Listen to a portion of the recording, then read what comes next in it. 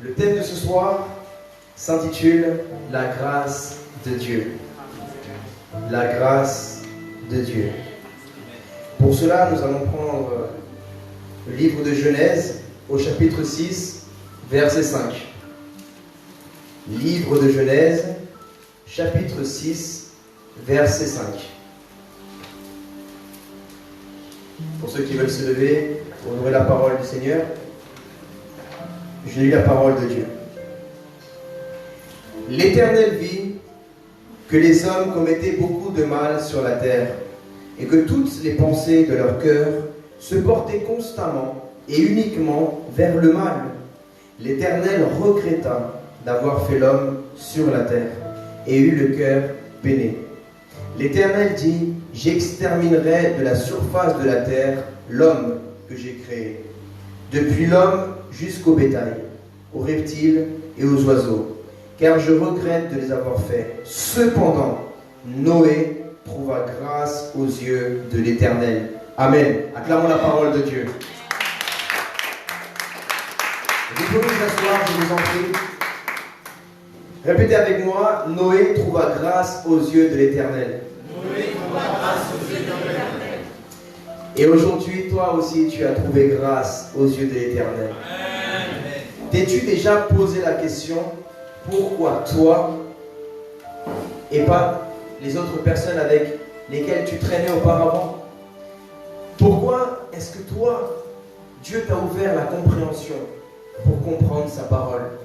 Pourquoi toi, parmi tous tes amis, parmi tous tes copains, pourquoi c'est toi qui t'es repenti parmi ta bande d'amis? Qu'est-ce qui s'est passé dans ton cœur? En quoi es-tu si unique que Dieu t'ait choisi, que Dieu t'ait mis dans le cœur même de venir à l'église, de t'intéresser à ton âme, à l'éternité après la mort? C'est tout simplement la grâce de Dieu. Alors, qu'est-ce que la grâce de Dieu? Déjà, nous allons voir la racine hébraïque qui est utilisée dans ce passage de Genèse chapitre 6, verset 8. Grâce en hébreu vient du mot ken, C-H-E-N, et ça signifie la faveur, un ornement précieux. Dieu a dit: Noé trouva grâce aux yeux de l'Éternel. Cela veut dire que dans le monde spirituel, Noé avait un ornement précieux. Il y avait une marque qui différenciait Noé de tous les autres habitants de la terre. Dieu avait déposé, simplement par sa grâce, par sa faveur, parce qu'il a voulu tout simplement, parce qu'il est Dieu et il fait ce qu'il veut. Il a décidé que Noé trouve grâce à ses yeux. Certes, c'était un homme juste parmi sa génération. Il marquait lui-même la différence. Alors, dans la grâce de Dieu, il y a deux étapes. Il y a l'étape où Dieu donne cette grâce, ce cadeau immérité, où Dieu fait quelque chose envers toi que tu ne mérites pas. Ou bien il y a l'autre côté, où Dieu devrait te châtier, mais il ne le fait pas. La grâce, ce n'est pas simplement donner quelque chose à quelqu'un, mais c'est aussi quelqu'un qui ne le mérite pas. Mais c'est aussi ne pas donner un châtiment que tu avais prévu pour cette personne. Et dans cette dimension de grâce, il y a la grâce que Dieu donne. Parce que nous allons voir avant Jésus-Christ ce qui était la grâce de Dieu. Et nous allons voir après Jésus-Christ la grâce de Dieu. La grâce de Dieu a pris une autre dimension après que le Fils de Dieu, notre Messie, Yeshua Mashiach, le Seigneur Jésus-Christ, le Fils de Dieu, notre Seigneur et Sauveur, soit venu pour payer pour le péché de l'humanité. La grâce s'est étendue à toute l'humanité. Mais maintenant, la grâce, il faut la saisir. Alléluia. C'est comme si maintenant, j'ai un grand cadeau que tu ne peux pas te payer, que aucun être humain ne peut se payer. C'est ça, le salut de l'âme. Et que je vous l'offre, je le tends comme ça. C'est ce que Dieu a fait. Dieu a tendu la vie éternelle à toute l'humanité. Mais maintenant, dans la grâce, il y a la part de celui qui donne la grâce et celui qui reçoit, le récepteur de la grâce. Pour recevoir la grâce, il faut toi aussi que tu prennes une décision. Parce que Dieu t'a tendu sa main en Jésus-Christ.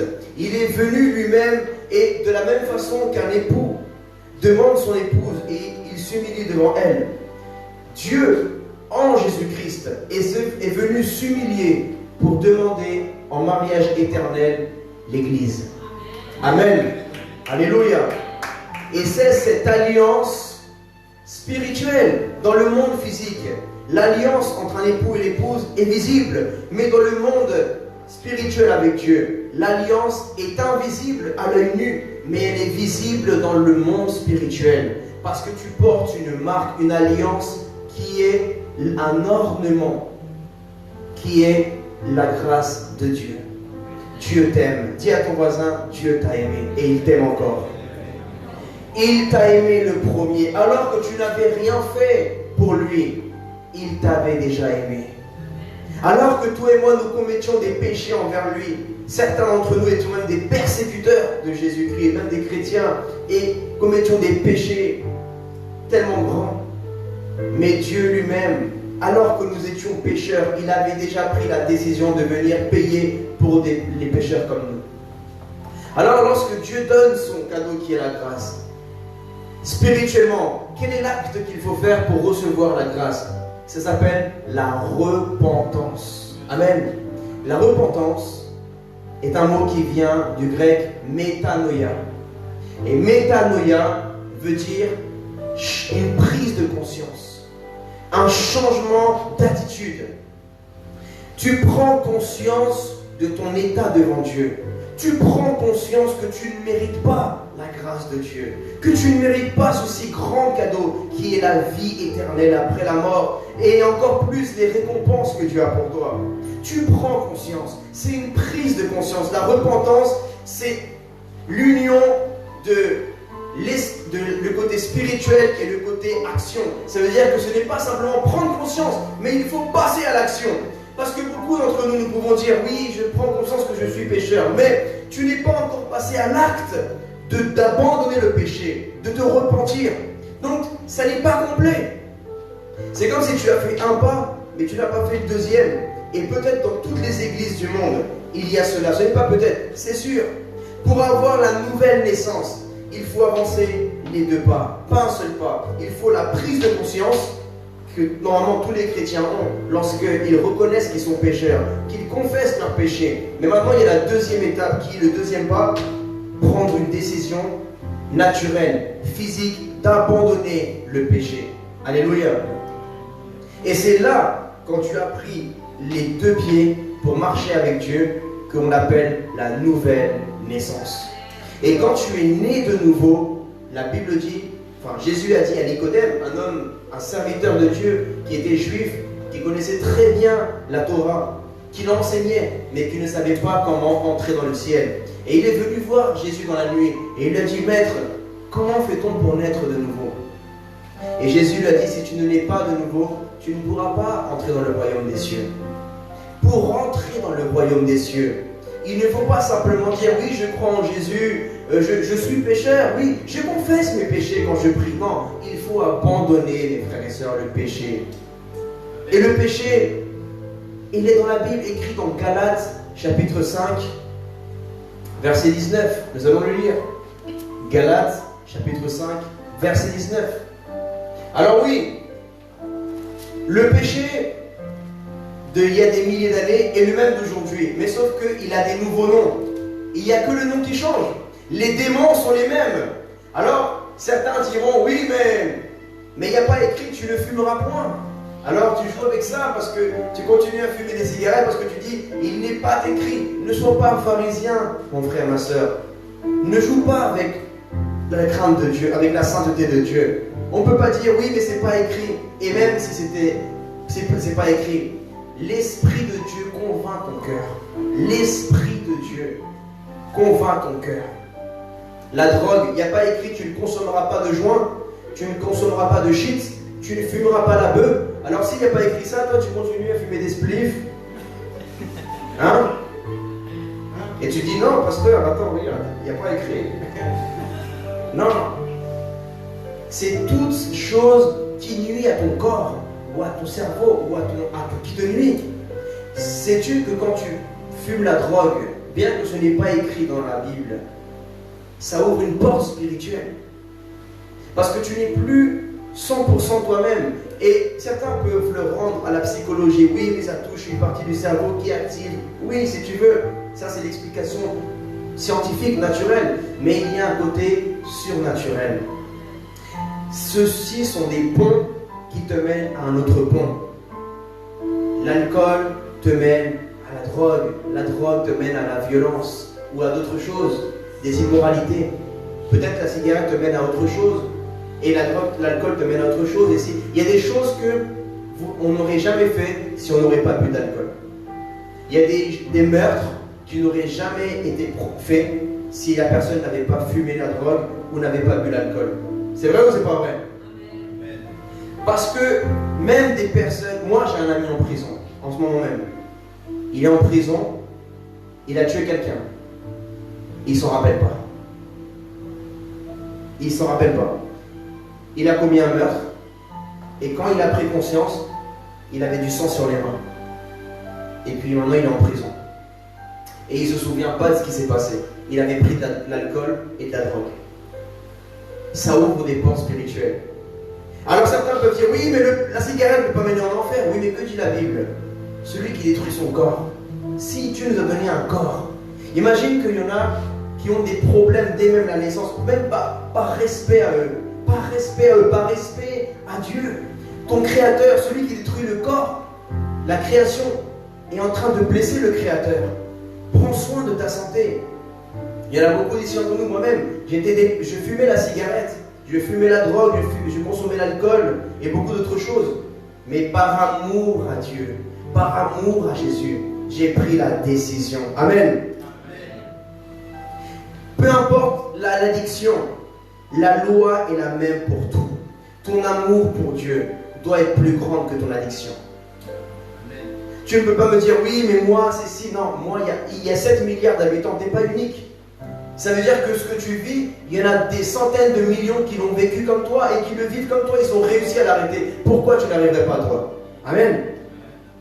J'entendais un pasteur hier qui disait, le pardon, le principe du pardon est le même pour tout.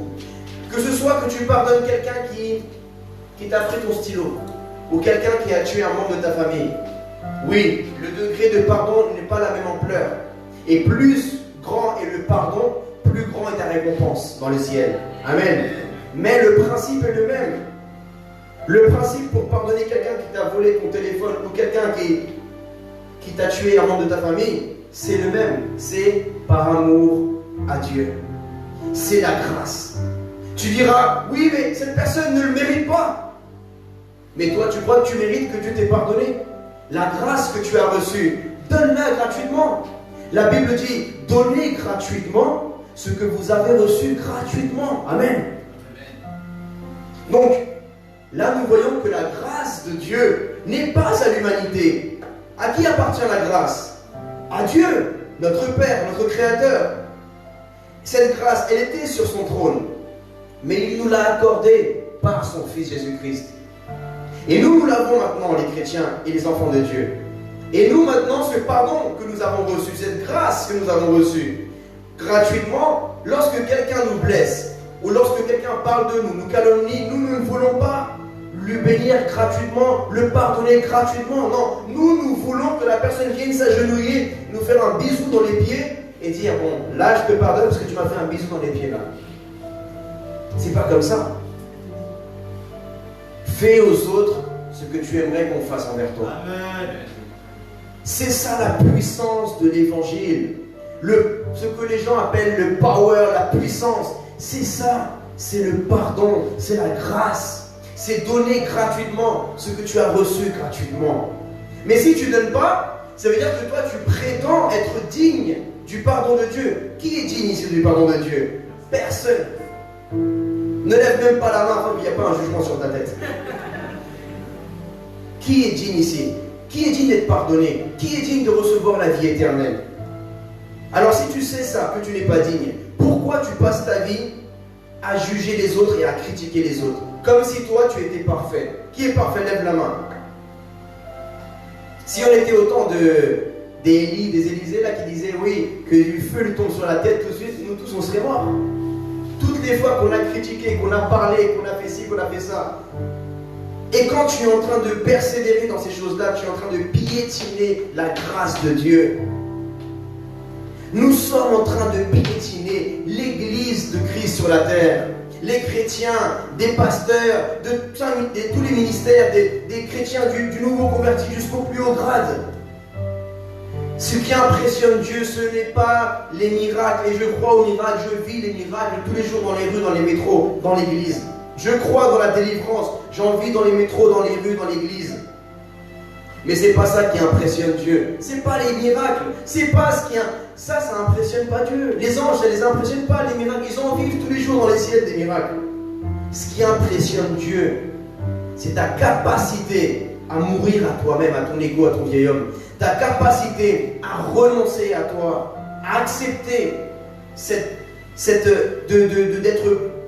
blessure qu'on t'a fait, d'accepter de te l'enlever et de dire je te pardonne mon frère, je te pardonne ma soeur. Et ne pas te dire même si tu ne le mérites pas, je te pardonne quand même. Non, dis pas ça. Ça c'est une connaissance que tu gardes pour toi, entre toi et Dieu. Parce que tu sais que même toi tu ne mérites pas ce que toi tu vas donner à l'autre. Et ça c'est dans toutes les sphères de la vie.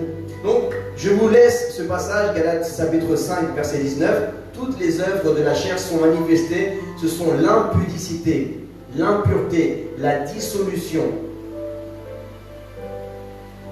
Verset 20. L'idolâtrie, la magie, les inimitiés, les querelles, les jalousies, les animosités, les disputes, les divisions, les sectes,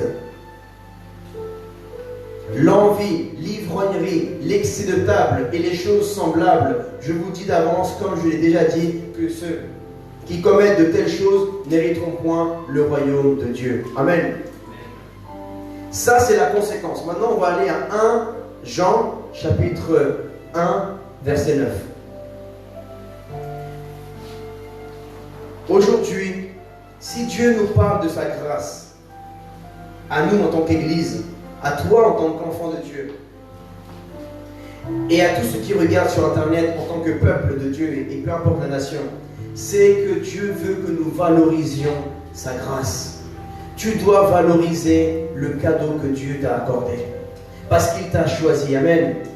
La Bible dit, si nous confessons nos péchés, il est fidèle et juste pour les pardonner et pour nous purifier de toute iniquité. Dieu attend simplement que tu valorises sa grâce en te repentant. Tant que tu n'as pas abandonné ce péché, tu es en train de piétiner la grâce de Dieu. Tant que tu n'as pas abandonné, tu ne t'es pas détourné de ce péché-là, tu es en train de déshonorer la grâce de Dieu, donc le Créateur, ton Dieu, ton Père.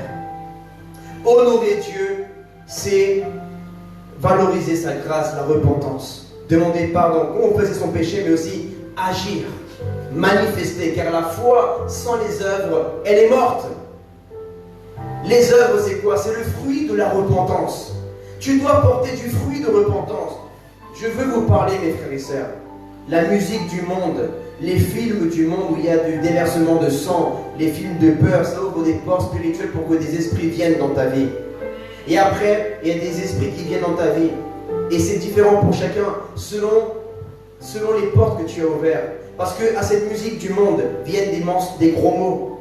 Ça te parle de femmes, d'hommes. Et il y a des esprits d'impudicité qui viennent, des esprits de colère selon le type de musique que tu entends. Même si tu écoutes d'autres styles de musique, comme je sais pas, à travers le rap, il y a des esprits qui peuvent venir, à travers le rock'n'roll. Mais je te parle de ceux qui ont des inspirations, des paroles qui sont inspirées par le diable. Pas de la mélodie en elle-même, parce que le diable ne peut pas créer, le seul créateur c'est Dieu. Donc même d'un piano, le piano, c'est qui crée les instruments aujourd'hui? C'est les gens du monde, c'est le milieu séculier, donc c'est pas ça en lui-même, c'est ce que tu fais avec les paroles. Est-ce qu'elles glorifient Dieu ou est-ce qu'elles ne sont pas en train de glorifier Dieu? Parce que si les paroles ne glorifient pas Dieu, elles sont en train de glorifier le monde.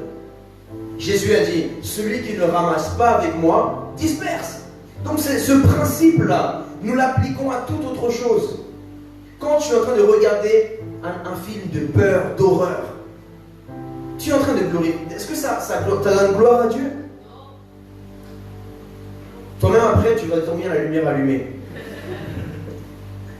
Tu vas commencer à parler en langue, à déclarer, tu devras même, peut-être même ça va te faire revenir en arrière, ça ramène tout ce qui est musique du monde, ces choses-là, et films de peur, de meurtre, toutes ces choses-là, ça peut te ramener même le découragement spirituel. Voilà pourquoi après tu n'arrives plus à lire la Bible, tu n'arrives plus à prier, ça t'ennuie, parce qu'il y a un esprit qui vient t'oppresser dans ta vie. Ça vient t'oppresser, et je ne t'en rends pas compte. Tu ne t'en rends pas compte. Mais nous vivons dans un monde naturel, influencé par le surnaturel. Amen. Alléluia. Donc je continue. Dans ce passage-là, de Genèse chapitre 6, verset 8, le mot grâce veut dire un ornement précieux. C'est-à-dire que toi-même, tu as reçu un ornement précieux au-dessus de toi, qui te différencie dans le monde spirituel. Allons dans Genèse chapitre 19, verset 17. Genèse chapitre 19, verset 17. Après les avoir fait sortir, l'un d'eux dit, échappe-toi pour sauver ta vie. Ne regarde pas derrière toi. Répétez avec moi. Ne regarde pas derrière toi. Dis à ton voisin, réveille ton voisin, dis-lui, ne regarde pas derrière toi. Ne regarde pas ton voisin de derrière. Et ne t'arrête nulle part dans la plaine. Réfugie-toi dans la montagne. Réfugie-toi dans la montagne. Sinon tu disparaîtras. Waouh! Là Dieu est en train de nous parler. Qu'est-ce que la montagne? Je continue le passage après la virgule. Mais qu'est-ce que représente la montagne? Lorsque la Bible parle de montagne, ça représente la prière, se consacrer, se mettre à part pour le Seigneur. Moïse est parti à la montagne. Pendant 40 jours, il s'est mis à part. Il s'est consacré, s'engager davantage avec Dieu, jeûner, prier, éteindre ton téléphone, déconnecter du monde, connecte-toi avec Dieu et déconnecte-toi du monde. Essaie de le faire pendant quelques heures. Après, fais-le pendant une journée et tu vas voir que tu vas être connecté, tu vas recevoir des directives pour ta vie. Il y en a beaucoup dans l'église, dans toutes les églises, ils disent mais Dieu ne me parle pas. C'est normal, tu es encore trop connecté à la voix du monde qui est trop forte et qui t'empêche d'entendre la voix de Dieu dans ta vie. Et si parfois nous arrêtons d'écouter cette musique du monde qui nous a...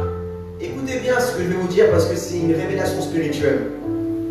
Quand tu écoutes trop de musique du monde, ça abîme ton ouïe spirituelle. Ça veut dire que quand Dieu te parle, tu es encore... C'est comme quand les gens, on écoute de la musique trop fort. Ça abîme l'ouïe naturelle. Amen.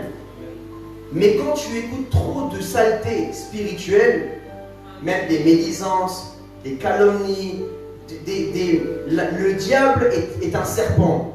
Et ça t'apporte du venin dans ton âme. Lorsque tu mets ton oreille, c'est des vipères. C'est des esprits, des vipères.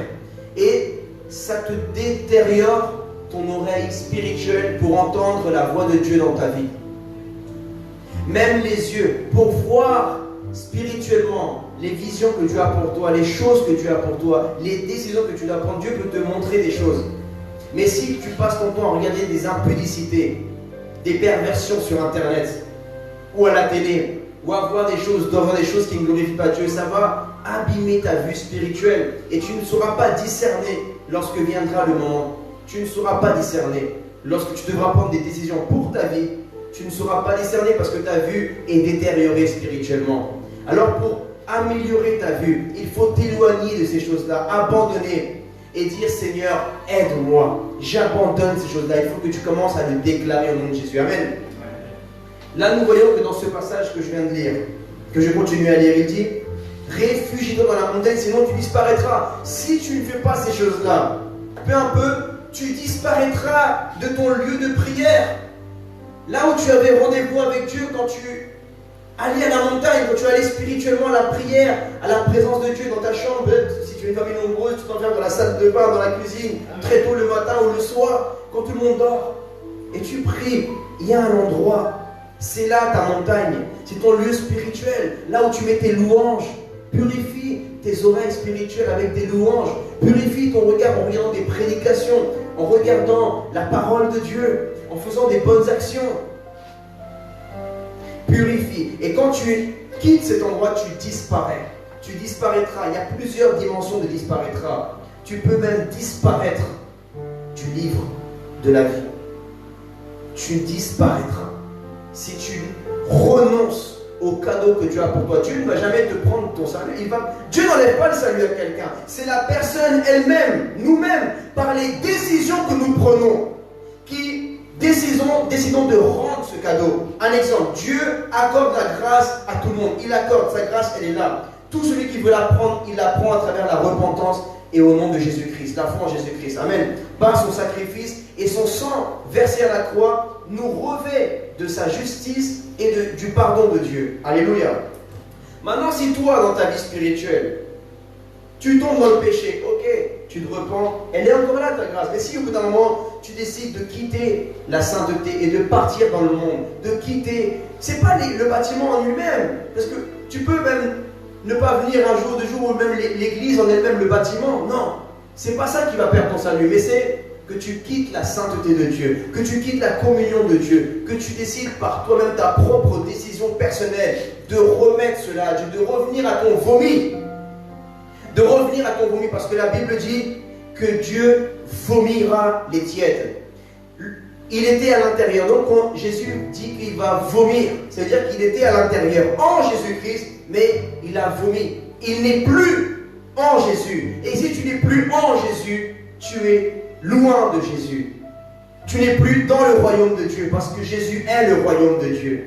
Tu sors du royaume de Dieu, tu sors de cette grâce par ta propre décision. Dieu ne condamne personne en enfer. C'est nous-mêmes qui nous condamnons tout seuls en enfer. C'est par nos propres décisions. Parce que le désir de Dieu est que tous viennent à la connaissance de la vie éternelle. C'est le désir de Dieu. Et Dieu ne se contredit pas. Si le désir de Dieu, c'est que tous viennent à la connaissance de la vie éternelle, c'est que le désir de Dieu, c'est que tous soient sauvés.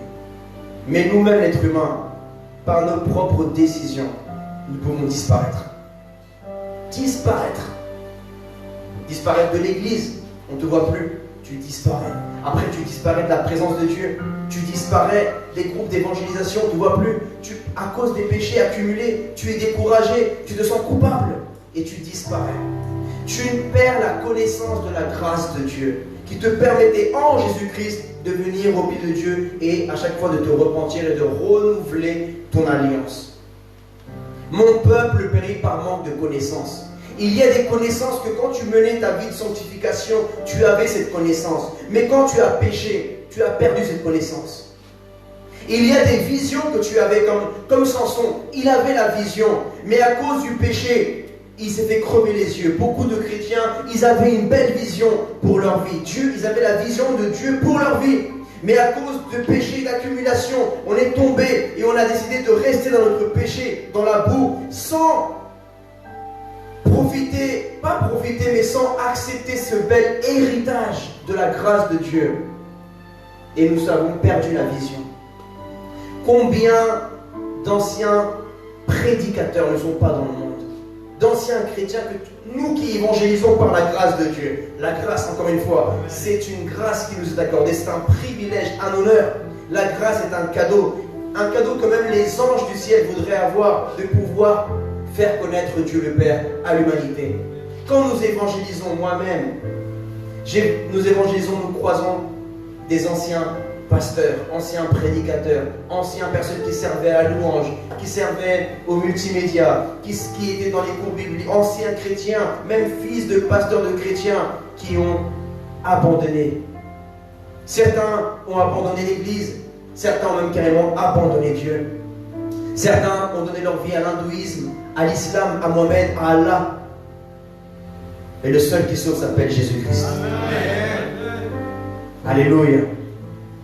Alors tous ces hommes-là, nous devons aller les sauver. Nous devons aller leur dire, reviens à la maison mon frère. Reviens à la maison ma soeur. Demande pardon à papa. Il est prêt à te pardonner. Il t'aime trop. Ne disparais pas de la maison. Reviens. Donne cette grâce. Dieu veut étendre son bras à l'humanité à travers toi. Va dehors. Donne la grâce de Dieu que tu as reçue. Si toi tu es là, ne sois pas égoïste. Ne pense pas qu'à toi. Tu dis non, moi je suis sauvé. Va, ça te coûte d'aller chercher ton frère. Mais vas-y. Imagine le fils prodigue, son frère. Imagine qu'il serait parti.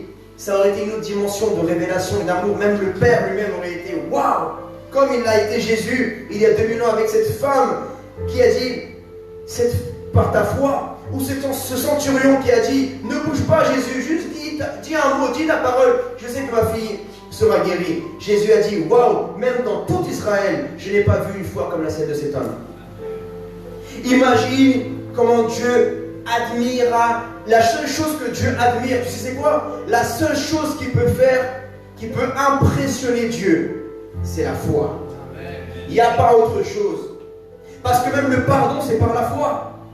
Tout est par la foi. Même quand tu es là, c'est par la foi. Quand tu pardonnes, c'est par la foi. Quand tu évangélises, c'est par la foi. Quand tu pries, c'est par la foi.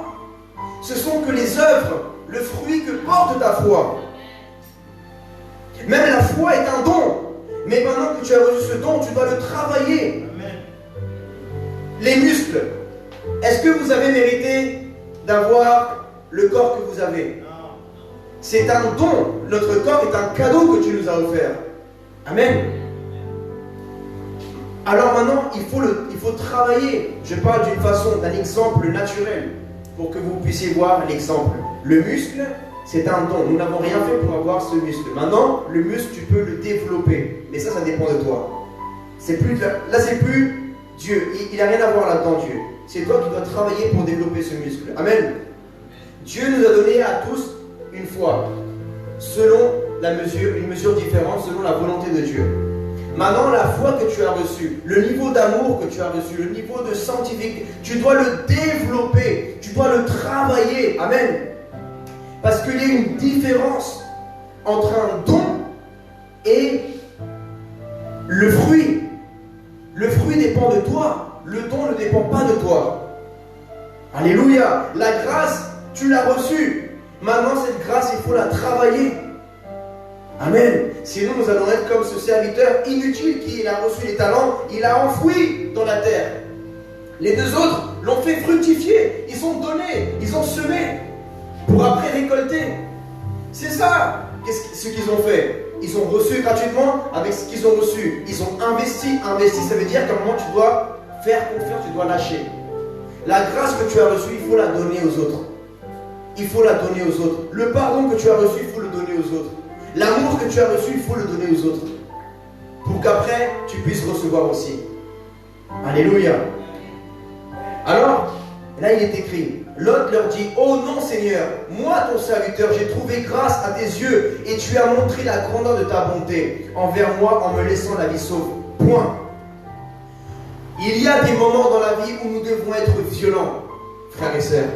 Si tu vis un moment difficile dans ta vie, comme Lot, qui allait te détruire sa ville, il y a des moments où si tu vois que tu es en train de mourir spirituellement, ou même physiquement, tu dois lever ta main vers l'Éternel. Tu dois t'humilier et dire, Seigneur, si j'ai trouvé grâce à tes yeux, accorde-moi cette faveur.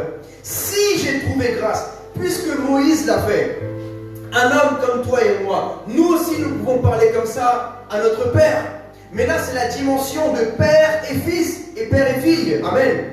Lorsqu'un enfant dit papa, ou une fille dit papa ou maman, tu m'as promis ça. Tu m'as promis ça. Et toi, tu peux dire à Dieu, Père, tu as dit dans ta parole que j'ai trouvé grâce à tes yeux, par ton Fils Jésus-Christ. Si réellement j'ai trouvé grâce à tes yeux, et là, tu poses ta pétition devant le trône de Dieu. Que ce soit dans la vie spirituelle, que ce soit dans la relation amoureuse, dans ton mariage, que ce soit dans ta santé, dans tes finances, il faut que tu sois violent spirituellement. Parce que le royaume des cieux appartient aux violents. Alléluia. Il faut réclamer un autre niveau de grâce. Il faut réclamer. Comme ces enfants qui disent papa, qui te tirent les t-shirts. Papa, papa, papa, papa, papa. Que dit Jésus? Celui qui toque en pleine nuit son voisin. Il ne va pas lui ouvrir son ami parce qu'il est son ami. Parce qu'il a besoin de prendre quelque chose, du riz, de la nourriture pour manger. Non, il va l'ouvrir parce qu'il est fatiguant. Tellement il toque, il dit c'est moi, moi. Il ne va pas lui ouvrir parce que c'est son pote. Non, il va lui ouvrir par sa persistance. Jusqu'où peut aller ta persistance envers Dieu? Est-ce que tu veux réellement ce que tu désires dans ton cœur? Est-ce que tu le veux? Amen. Tu veux que Dieu te donne ton époux? Tu veux que Dieu te donne ton épouse? Tu en as marre d'être célibataire? Tu veux que Dieu te donne ce travail? Tu veux aller plus loin avec Dieu? Prends une décision aujourd'hui. Tu veux être guéri? Tu veux aller à un autre niveau d'intimité avec Dieu? Tu veux avoir un autre niveau d'amour pour les âmes? Jusqu'où peut aller ta persistance? Jusqu'où peut aller le désir, le feu, l'ardent désir de ce que tu veux dans la vie? Enferme-toi comme Jacob dans le lieu secret. Ferme la porte, éteins ton téléphone et dis Seigneur, jusqu'à maintenant, j'ai supporté. Maintenant, toi et moi, on va parler, papa. Comme Jacob, il t'a pas lâché pendant la nuit. Et même que tu l'as changé de nom, tu l'as appelé Israël. Aujourd'hui, Père, si réellement tu es Dieu, si réellement moi j'ai trouvé grâce à tes yeux, je ne bougerai pas d'ici, Seigneur, tant que tu ne me donneras pas ma bénédiction que je te demande, Père. Parce que je suis ton fils et parce que je te demande au nom de ton fils Jésus-Christ. Parce que ta parole dit, tout ce que vous demanderez au Père en mon nom, je vous le donnerai. Amen. Parce que la Bible dit, cherchez le royaume des cieux et sa justice et tout vous sera donné par la suite. Parce que la Bible dit, fais de l'Éternel tes délices et il te donnera ce que ton cœur désire. Qui dit ça? Dieu. Alors tu te présentes devant Dieu comme Moïse en haut dans la montagne et tu dis, mon Dieu, j'ai entendu ce que tu as dit, que tu veux détruire ce peuple. Et là, Moïse a utilisé la grâce qu'il avait sur lui. Tu as reçu la grâce de Dieu, utilise-la. Utilise-la à bon essence. Utilise-la pour des bonnes choses. Parfois nous utilisons la grâce pour faire des mauvaises choses. Aller dans le monde et nous disons, oui, mais Dieu va nous pardonner, donc tu vas en boîte de nuit. Et tu dis, non, mais après, je me repentirai à la fin de la soirée, t'inquiète, ça va passer. Tu es en train de jouer avec la grâce de Dieu. Là, tu utilises ta grâce pour des mauvaises choses. Mais il est temps que tu utilises la grâce pour des bonnes choses. Amen. Utilise la grâce pour des guérisons. Utilise ta grâce pour sauver des âmes. Utilise ta grâce pour les finances, pour les investir dans le royaume de Dieu. Utilise ta grâce pour adorer l'Éternel, pour des pétitions, pour intercéder pour d'autres. Tu dis, Seigneur, eux ils ont prié, c'est rien passé. Je ne suis pas plus que Seigneur. Mais si réellement j'ai trouvé grâce à tes yeux, guéris mon frère, guéris ma soeur, guéris ce cancer. Enlève cette stérilité. Donne la fertilité à ma soeur, à mon frère. Au nom de Jésus, amen.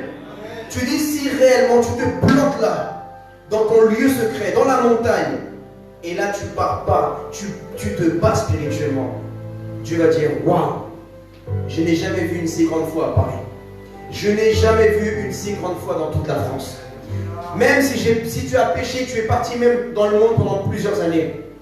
Tu viens. Maintenant, il n'y a pas que la parole, il y a aussi l'acte de repentance. Tu dis, Seigneur, je ne viens pas que avec des mots. Je viens avec mes œuvres et mes actions, Seigneur, me repentir. Je ne viens pas avec mes œuvres pour dire sauve-moi, non, parce que je viens avec le nom de mon Seigneur Jésus-Christ. Je viens avec le sang de mon Seigneur Jésus qui m'a justifié. Je viens avec la grâce que tu m'as accordée, Père, par l'héritage que tu m'as accordé par Jésus-Christ. Je me présente devant toi, Père, et je te réclame en tant que fille, en tant que garçon, telle et telle pétition. Amen. Il faut que tu sois violent. Dis à ta soeur, à ton frère, ta soeur, sois violent spirituellement. Va à un autre niveau. Ça fait trop longtemps que tu vis ça. Jusqu'à quand tu vas supporter ce que tu vis? Jusqu'à quand? Tu vas supporter ta maladie. Jusqu'à quand tu vas accepter tes difficultés émotionnelles, amoureuses? Jusqu'à quand tu vas accepter de vivre d'échec en échec dans l'amour? Jusqu'à quand tu vas accepter de vivre d'échec en échec dans l'entreprise, dans le milieu financier? Jusqu'à quand tu vas accepter de vivre d'échec en échec dans ta vie de prière? Jusqu'à quand tu vas accepter de vivre d'échec en échec, de lire de ta Bible? Tu ne vas pas plus loin. Ta vie d'évangélisation, tu vas l'accepter toute ta vie, les échecs, et vivre d'échec en échec? Ou est-ce qu'aujourd'hui tu vas prendre la décision de te lever devant le Seigneur ce soir dans la prière ou demain et dire: Seigneur, j'en ai marre, je ne veux plus vivre comme un mendiant, Seigneur. Je ne veux plus vivre, Seigneur, comme un chien qui mange des miettes. Non, je suis ton fils, Seigneur. Je ne suis pas un chien qui ramasse les miettes dans l'amour. Je ne suis pas une mendiante qui mendie l'amour des hommes. Je ne suis pas un mendiant qui mendie l'amour des femmes. Donne-moi la femme que tu as pour moi, Seigneur. Je veux, Seigneur, me sanctifier. Aide-moi, Seigneur. Donne-moi l'époux que tu as pour moi. Donne-moi le travail que tu as pour moi, Seigneur. Ouvre-moi les portes que tu as pour moi, Seigneur. Je me repens, je m'humilie devant toi. Je confesse que j'étais loin de toi. Je suis parti dans les boîtes de nuit. J'ai fumé la drogue, j'ai bu l'alcool. J'ai tué, j'ai braqué, j'ai cambriolé, Seigneur. J'ai donné mon corps à n'importe quelle femme, à n'importe quel homme. Oui, j'ai péché, Seigneur. Mais je me repens et je reviens à toi. Je veux valoriser la grâce que tu m'as donnée en ton Fils. Amen. Alléluia. Comme ce fils prodigue qui était parti, il n'avait pas valorisé la faveur et la grâce qu'il avait avec son père. Il est parti pendant des années, il a gaspillé sa fortune. Pendant un temps, il est même arrivé qu'il n'avait plus d'argent, plus de nourriture, alors qu'il était fils d'un milliardaire.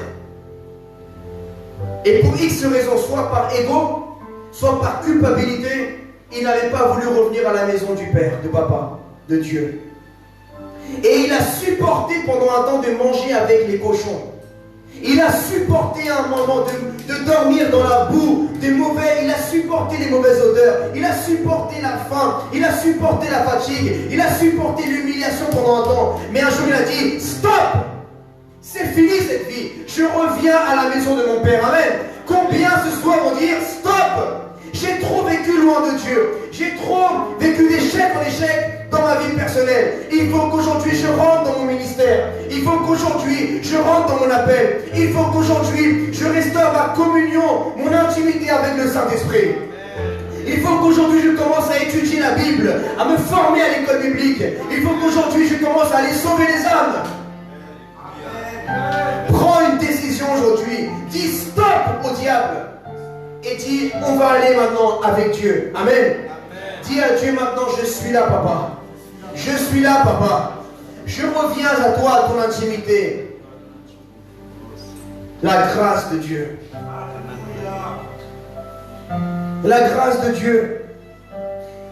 Lot a dit: si j'ai trouvé grâce à tes yeux et tu as montré la grandeur de ta bonté en me laissant la vie sauve.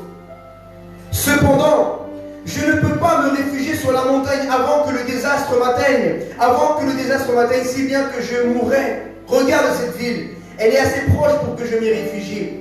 Et elle est petite. Si seulement je pouvais m'y sauver. N'est-elle pas petite? Ainsi je resterai en vie. Il lui dit: je t'accorde encore cette faveur. Waouh! Et je ne détruirai pas la ville dont tu parles. Dépêche-toi de t'y réfugier. Aujourd'hui, Dieu dit à quelqu'un: dépêche-toi de te réfugier dans ma grâce.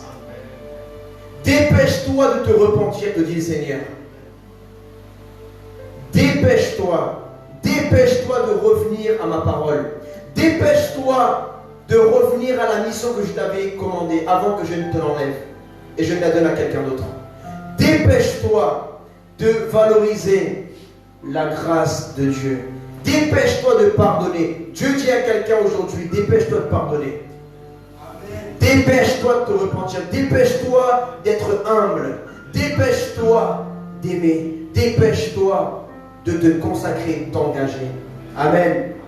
Mais nous, on se dépêche pour les mauvaises choses. Dès que ton pote t'appelle le vendredi soir pour aller en boîte de nuit, même que tu n'avais rien prévu, tu dis: allez, je me dépêche, j'arrive. Il te dit: dépêche-toi, dépêche-toi. Avant qu'il n'y ait plus de place dans la soirée. Dépêche-toi. Et là tu te dépêches, tu te touches, tu te mets sur ton 31 et tu vas. Pour le péché, tu te dépêches. Quand tu dis dépêche-toi, on a bientôt fini notre joint. Alors là, tu te dépêches et tu dis, attends, laissez-moi une taf, laissez-moi deux tafs. Là, tu te dépêches. Pour le péché, on se dépêche. Mais pour la sainteté, on ne se dépêche pas, malheureusement. Dépêchons-nous d'être une épouse sans tache ni ride. Dépêchons-nous de nous repentir. Dépêchons-nous de nous humilier devant Dieu. Dépêchons-nous de devenir des vrais adorateurs en esprit et vérité. Dépêchons-nous d'abandonner la calomnie, la murmuration qui ramène la lèpre spirituelle.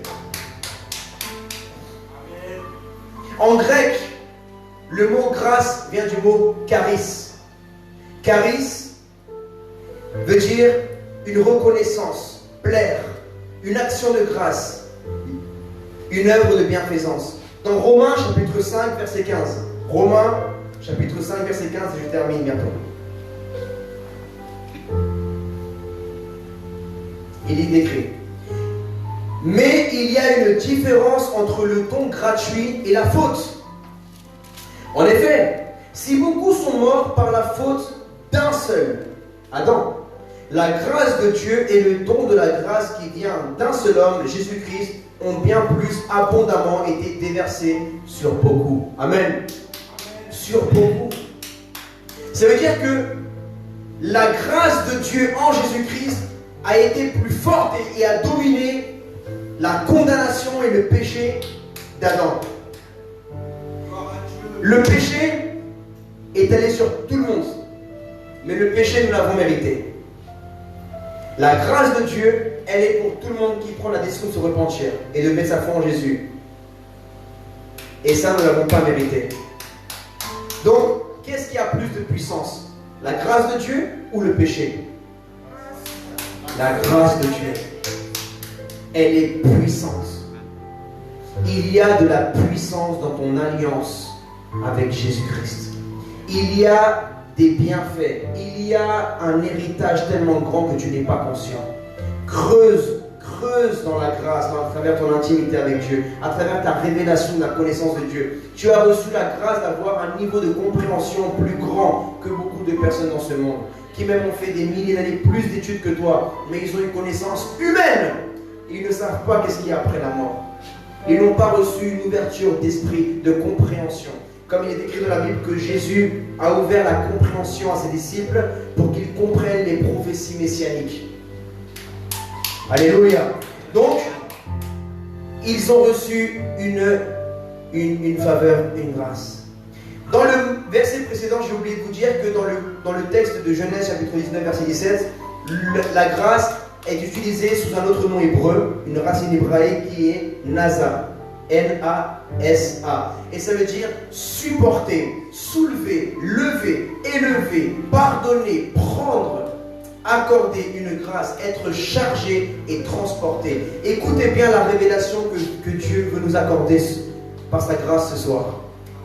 Si tu saisis la grâce de Dieu en Jésus aujourd'hui, tu décides de plus jouer avec Dieu, mais de t'engager, de commencer à lire ta Bible, à prier, à aller rentrer dans le plan que Dieu a pour toi, d'abandonner le péché. Regarde, la grâce de Dieu en Jésus peut te supporter. Quand tu te supportes, quelqu'un te supporte, ça veut dire que tu es prêt de tomber, mais il te supporte pour que tu ne tombes pas. La grâce de Dieu te préserve. La grâce de Dieu te soulève quand tu n'as plus de force dans ta vie. La grâce de Jésus, tu as juste à dire: Seigneur, fais-moi grâce, que ta grâce soit déversée dans ma vie, Seigneur. Regarde mon affliction. La grâce de Dieu peut te relever de ton péché. La grâce de Dieu peut te ramener là où toi-même tu avais rejeté. La grâce de Dieu peut faire que tu reçois plus tard l'héritage que toi-même tu avais rejeté. Tu peux le récupérer. Amen. Le diable n'a pas pu récupérer son héritage. Il a péché. Et il n'a pas pu revenir à son statut d'avant. Mais nous, en Jésus-Christ, nous avons cette grâce. Même si nous péchons, nous pouvons revenir là où nous étions, en Jésus-Christ. Et le diable veut nous faire croire dans nos pensées: non, tu as péché, c'est fini pour toi, tu n'as plus de ministère, c'est fini, ton foyer c'est fini, tes finances c'est fini, c'est mort pour toi. Ça, c'est la pensée du diable. Mais qu'est-ce qui se passe quand dans le GPS, on rate une sortie? C'est vrai, on met plus de temps. Là où il y avait écrit 30 minutes, maintenant il y a écrit 40, 50 minutes. Amen. Mais le GPS te ramène à l'endroit où tu allais arriver. Peut-être que tu t'es dévié pendant 1 an, 2 ans, 3 ans, 5 ans, 10 ans. Là où tu devais arriver en 2 ans, le GPS de Dieu te fera arriver en 5 ans. Amen. Mais tu vas y arriver. C'est la grâce qui t'a été accordée. Dieu pardonne, mais Dieu corrige. La correction, c'est que tu n'arriveras pas en 2 ans, tu arriveras en 5 ans. Et tu as vécu des choses dans ces 3 ans-là que tu ne devais pas vivre. Mais estime-toi bien heureux que tu n'es pas mort. Estime-toi bien heureux que tu n'es pas en enfer, bien heureuse. Que Dieu t'a fait la grâce de rester en vie et de pouvoir te repentir pour reprendre ton cheminement et arriver à la fin. Ceux qui persévéreront jusqu'à la fin seront... Levez-vous, frères et sœurs. Je vais appeler le groupe de louanges, s'il vous plaît.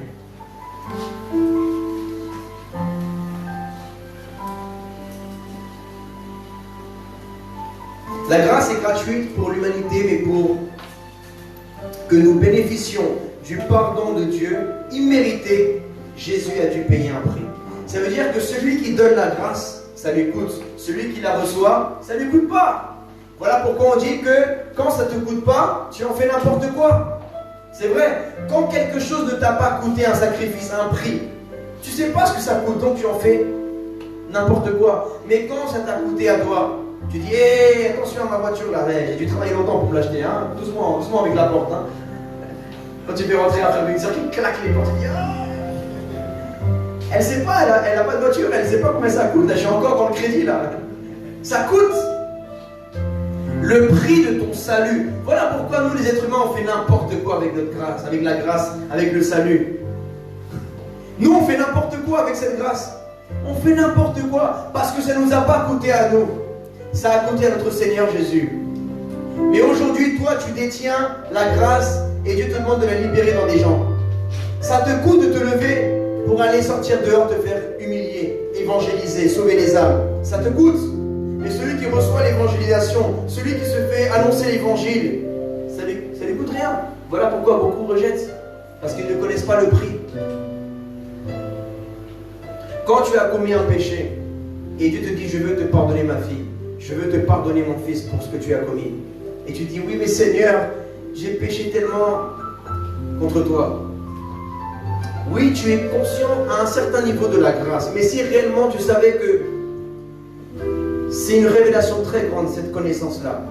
C'est-à-dire que même si tu te sens mal, ton sentiment de culpabilité ne doit pas être plus grand que la valeur que tu portes à l'œuvre de la croix. Je m'explique. Toi, tu sens la culpabilité, tu dis, Seigneur, et tu te condamnes toi-même, tu dis, je ne vais plus aller à l'église, je ne vais plus servir Seigneur, je ne suis pas digne. Mais Dieu, t'es un père, il te dit, ma fille, reviens. C'est toi qui te condamnes, c'est pas moi qui suis en train de te condamner, ma fille. Regarde ce que mon fils Jésus-Christ a payé pour que toi, tu puisses avoir le privilège de revenir à ma présence, de revenir à servir, de me servir.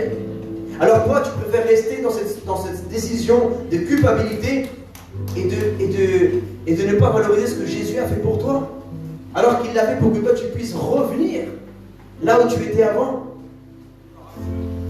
Et là, tu dis, oui, c'est vrai.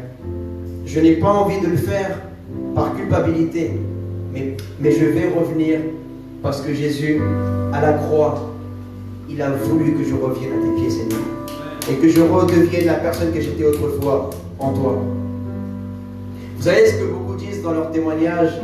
Ils disent, si mon père serait là, il aurait aimé que je fasse ça. C'est pas vrai? Ils disent, si ma mère serait là, vivante, elle aurait aimé que je fasse ça. Donc, même si je ne sens pas de le faire, si je suis triste, je suis découragé, je suis culpabilisé, puisque ma mère aurait aimé que je fasse ça, je vais le faire. Puisque mon père aurait aimé. Et Jésus aurait aimé que tu reviennes dans la présence du Père. Jésus aurait aimé que tu rentres dans ton appel. Jésus aurait aimé que tu abandonnes ce péché. Amen. Et Jésus est plus important que tout. Essayons un peu de lui dire, s'il vous plaît. Il a porté nos péchés. Ça lui a coûté. Ésaïe 53. Pourtant, ce sont nos souffrances qu'il a portées. C'est de nos douleurs qu'il s'est chargé.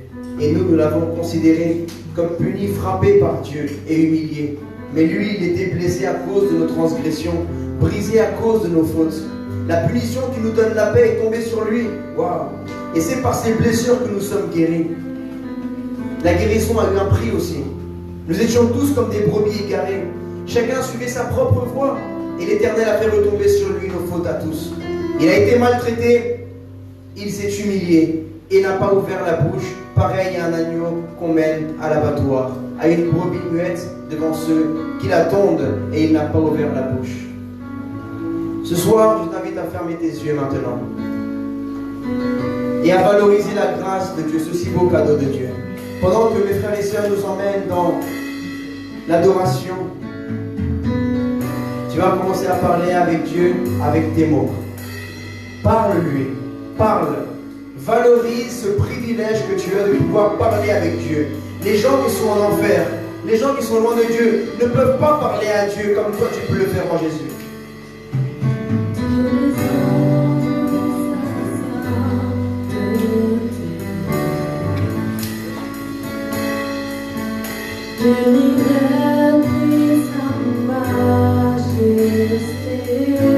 Concentre-toi. Concentre-toi. Chantons gloire et puissance.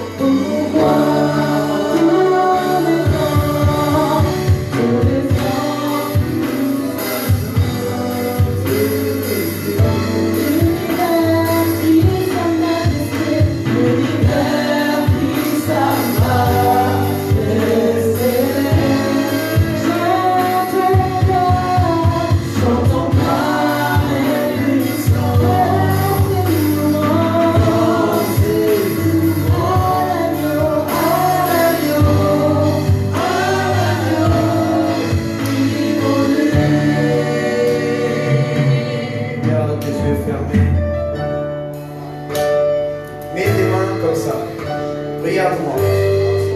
Mettons nos mains symboliquement, comme si nous allions recevoir un cadeau de la part de Dieu. Ferme tes yeux, dispose ton cœur. Aujourd'hui, tu vas recevoir ta guérison. Aujourd'hui, tu vas être délivré de toutes tes addictions et des choses qui t'empêchaient de t'engager avec Jésus. Aujourd'hui, tu vas être délivré de la paresse, de l'impudicité, de la rancune et de la haine, du mensonge, de la critique, du vol, de l'incrédulité. Dispose tes mains, dispose ton cœur et répète avec moi. Dis-lui, Seigneur Jésus-Christ, ce soir je viens devant toi avec un cœur humilié. Je m'humilie devant ta majesté et je te demande pardon pour tout mon péché. Pardon parce que j'ai joué avec ta sainteté.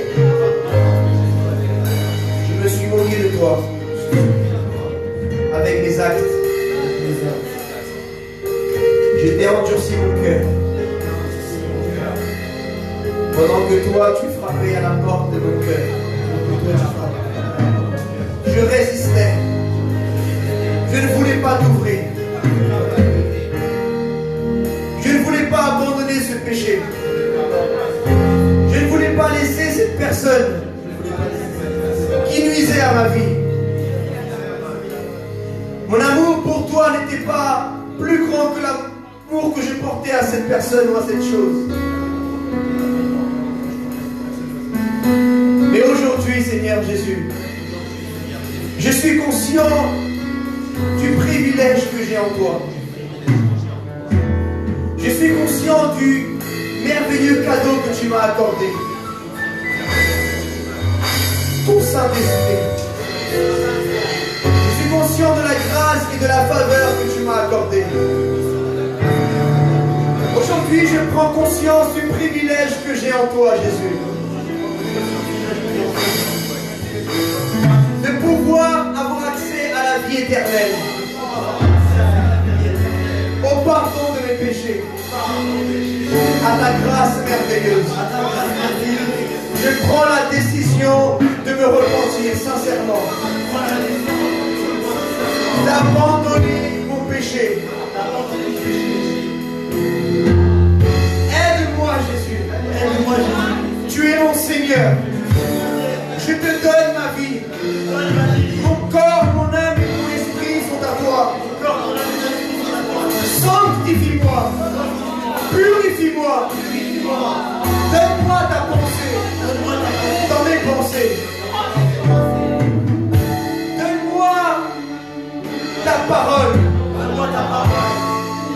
Donne-moi ton amour. Écris mon nom dans le livre de vie.